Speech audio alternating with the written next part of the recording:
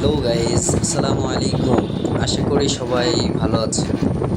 আলহামদুলিল্লাহ, আমিও ভালো আছি আপনাদের দোয়া এবং ভালোবাসা। আবারও চলে এলাম প্রকৃতির মাঝে সুন্দর একটা জায়গায় ঘুরতে। আপনাদেরকেও শেয়ার করার জন্য ভিডিওটা করলাম। অবশ্যই ভিডিওটা শেষ পর্যন্ত দেখবেন।